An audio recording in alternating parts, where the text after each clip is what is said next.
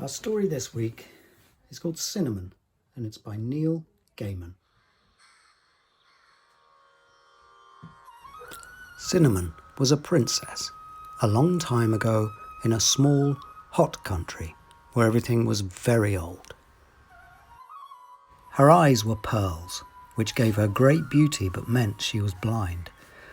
Her world was the colour of pearls, pale white and pink and softly glowing. Cinnamon did not talk.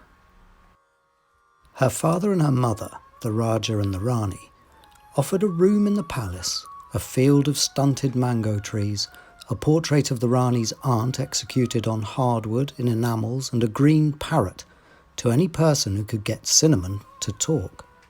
The mountains ringed the country on one side, the jungle on the other, and few and far came the people to try to teach Cinnamon to speak.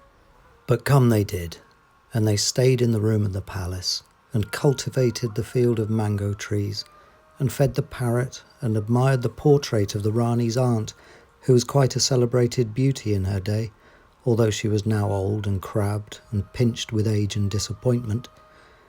And eventually they went away, frustrated and cursing the silent little girl. One day a tiger came to the palace. He was huge and fierce, a nightmare in black and orange, and he moved like a god through the world, which is how tigers move. The people were afraid. "There is nothing to be afraid of," said the Raja. "Very few tigers are man-eaters." "But I am," said the tiger. The people were amazed that the tiger could speak, although it did nothing whatsoever to quell their fear. "You might be lying," said the Raja.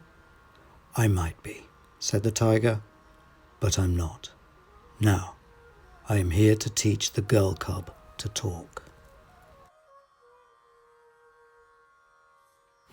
The Raja consulted with the Rani, and despite the urgings of the Rani's aunt, who was of the opinion that the tiger should be driven out from the city with brooms and sharp sticks, the tiger was shown to the room in the palace and given the enamel painting and the deeds to the mango field, and he would also have been given the parrot, had it not squawked and flown to the rafters, where it stayed and refused to come down.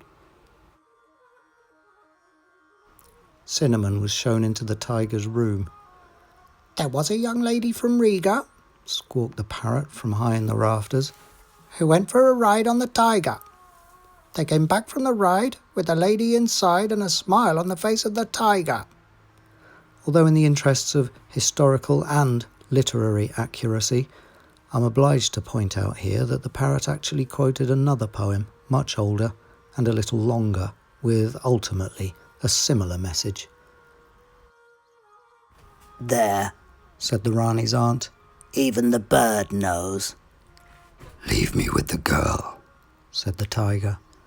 And reluctantly, the Raja and the Rani and the Rani's aunt and the palace staff left the beast with Cinnamon. She pushed her fingers into its fur and felt its hot breath on her face. The tiger put Cinnamon's hand into his.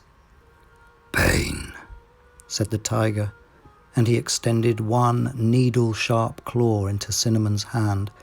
It pierced her soft brown skin, and a bead of bright blood welled up. Cinnamon whimpered. "Fear," said the tiger, and he began to roar, starting so quietly you could scarcely hear it, working his way up to a purr, then a quiet roar like a distant volcano, then to a roar so loud that the palace walls shook. Cinnamon trembled. "Love," said the tiger, and with his rough red tongue he licked the blood from Cinnamon's hand and licked her soft brown face. "Love," whispered Cinnamon in a voice wild and dark from disuse, and the tiger opened his mouth and grinned like a hungry god, which is how tigers grin. The moon was full that night.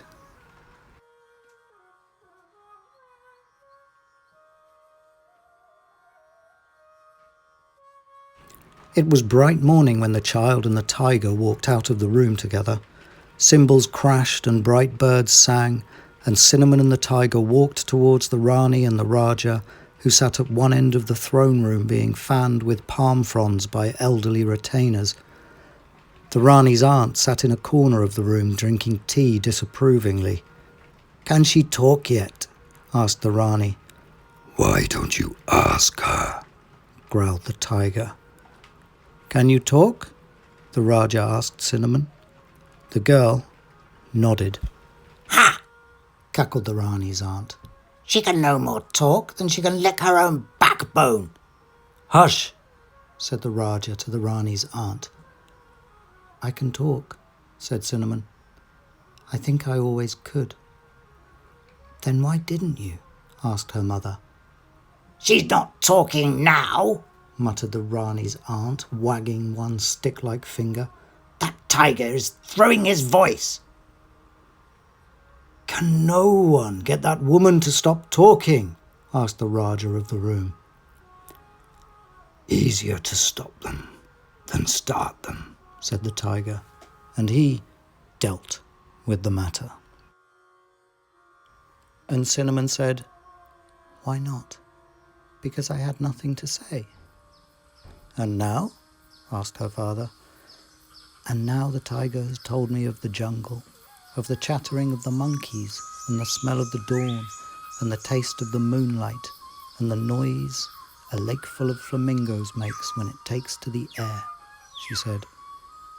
"And what I have to say is this. I am going with the tiger."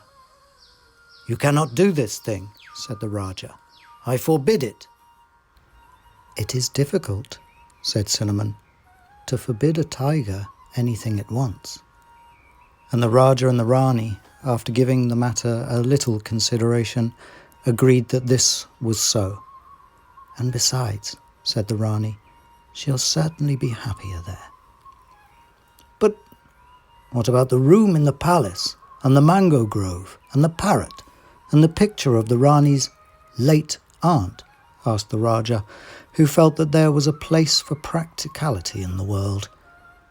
"Give them to the people," said the tiger.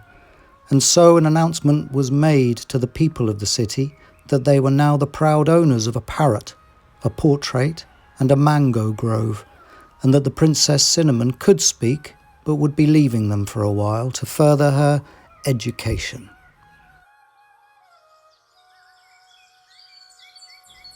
A crowd gathered in the town square, and soon the door of the palace opened, and the tiger and the child came out. The tiger walked slowly through the crowd with the little girl on his back, holding tightly to his fur, and soon they both were swallowed by the jungle, which is how a tiger leaves. So, in the end, nobody was eaten, save only the Rani's elderly aunt, who was gradually replaced in the popular mind by the portrait of her, which hung in the town square and was thus forever beautiful and young. Well, there you go. I hope you enjoyed that. Cinnamon by Neil Gaiman. Now I'm going to go off and take this big cat into the jungle.